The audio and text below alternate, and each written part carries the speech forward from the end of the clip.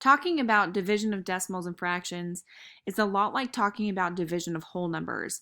And for some reason, division tends to blow kids' minds, but it's really a simple concept. It really just means to break it up into equal sized pieces. That's all division is. Break it up in equal sized pieces. How much is in each piece?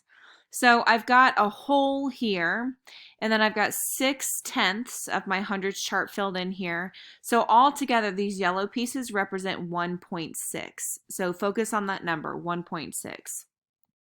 If I break 1.6 into 8 equal size pieces, it's going to look something like this. You can see how I've got equal size sections, and I've got 1, 2, 3, 4, 5, 6, 7, 8 of them.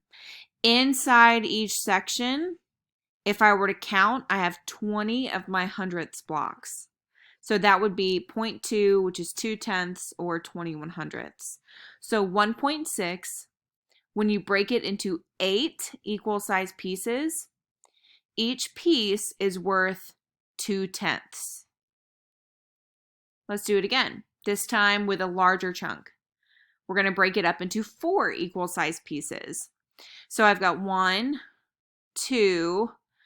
This one has to steal from the other hundredths block, and that's my fourth one. So 1.6, when you break it up into 4 equal size pieces, each piece has 4/10, or 41 hundredths in it. Same concept yet again, we're breaking it up into a larger chunk.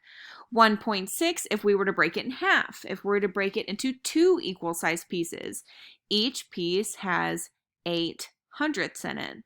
So that's a good way that you can visualize decimal division.